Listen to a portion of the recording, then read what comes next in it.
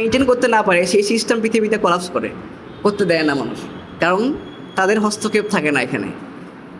তবে আলহামদুলিল্লাহ পৃথিবীর মানুষ অ্যাটলিস্ট বুঝতে পারছে যে হচ্ছে যে পুরনো চিকিৎসাগুলো খুব প্রয়োজনীয়, খুবই দরকার। কারণ আধুনিক চিকিৎসার যে আমরা সুফল যেটা আমরা পাচ্ছি মানে পেতে থাকতেছি, এই সুফলের পাশাপাশি আমরা কিছু কুফলও কিন্তু আছে আর কি। কারণ আমার জানার মতো এমন কোনো এলোপ্যাথিক মেডিসিন নাই যেখানে সাইড ইফেক্ট নাই। তার অল্টারনেটিভ হিসেবে অল্টারনেটিভ মেডিসিন এবং ফিজিওথেরাপি এবং আরও যেগুলো আছে হার্বাল মেডিসিন এবং হোমিওপ্যাথিকে আমি এনকারেজ করি। এবং তারা যে সামনে আসতেছে এবং তাদের যে ট্রিটমেন্ট দিচ্ছে এবং মানুষ যে সুফল পাচ্ছে, এর জন্য তাদের প্রতি আমাদের কৃতজ্ঞ হওয়া প্রয়োজন।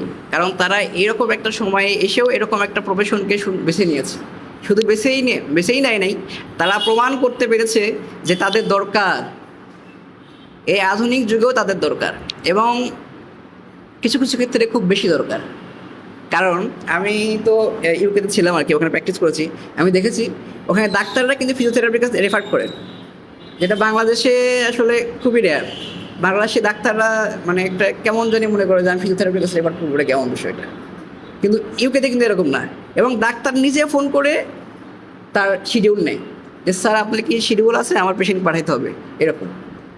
কিন্তু আমাদের এমন মানসিকতা এখনও মনে হচ্ছে এরকম পর্যায়ে পৌঁছায়নি। তবে আমরা আশা করবো ইনশাআল্লাহ ফিউচারে সকল সেক্টরের মানুষ এই বিষয় সম্পর্কে জানবে এবং ডাক্তাররাও এই বিষয়ে খুব ভালোভাবে নিবে যে হচ্ছে যে পেশেন্টকে আমি ডিল করতে পারছি না বা যেখানে হচ্ছে যে ফিজিওথেরাপি দরকার বা কম্প্রিহেন্সিভ অ্যাপ্রোচের দরকার, সেখানে আমি হচ্ছে তাদের হেল্প নিব এ বলে। এবং আবার দেশের সকল ফিজিওথেরাপির কনসালটেন্ট এবং টেকনিশিয়ানদের ধন্যবাদ জানিয়ে আমি আমার বক্তব্য শেষ করছি। আসসালামু আলাইকুম।